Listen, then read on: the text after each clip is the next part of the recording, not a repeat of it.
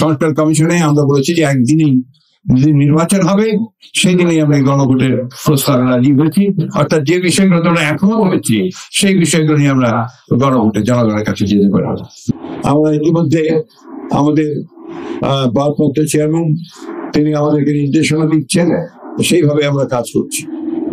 আমরা আমাদের সঙ্গে যারা সংগ্রাম করেছেন, লড়াই করেছেন গণতন্ত্র ফিরে আসার জন্য, তাদের সঙ্গে সে সকল রাজনৈতিক দলের সঙ্গে আমরা সুসম্পর্ক রাখছি এবং আশা করছি যে সবাই মিলেই আমরা এই গণতন্ত্রকে সামনের দিকে এগিয়ে নিয়ে যেতে পারবো। আগামী 17 তারিখে শুক্রবারে আমরা এই সংস্কার কমিশন যে গঠন করেছিল সরকার, অর্থাৎ সাংবিধানিক পরিবর্তনগুলো নিয়ে, সেটা নিয়ে একটা যেগুলো আমরা একমত হতে করেছি সেইগুলোকে নিয়ে একটা সনদ প্রকাশিত হবে এবং সেই সনদে আমরা সংসদ রাজনৈতিক দল স্বাক্ষর করব। আর যেগুলো আমরা একমত হতে পারিনি তা নির্বাচনের পরে পার্লামেন্টে নির্ধারিত হবে এবং রাজনৈতিক দলগুলো এই বিষয়গুলোকে নিয়ে জনগণের সামনে উপস্থিত হবে, জনগণের মতামতের ভিত্তিতেই সেই বিষয়গুলো নিষ্পত্তি হবে। একটি কথা খুব পরিষ্কার করে আমরা জানতে চাই যে গণতন্ত্রের কোনো বিকল্প নেই।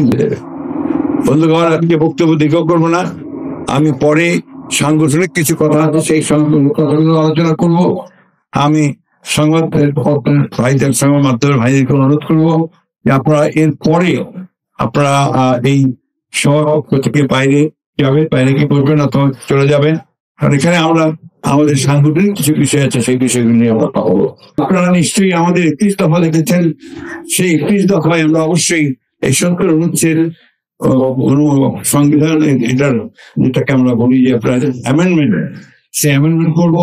সেখানে যে ধারাগুলো আছে সেই ধারাগুলো অ্যামেন্ডমেন্ট হবে এবং সংসদ সদস্যদের সকল স্বাধীনতা থাকবে, শুধুমাত্র 2-3টি বাদ দিয়ে রাষ্ট্রের সার্বভৌমত্ব, রাষ্ট্রের নিরাপত্তা, এই বিষয়গুলোতে আপনার বলতে নাও পারি, কিন্তু তাদেরকে আমরা দলের বিরুদ্ধে অবস্থান নেব না।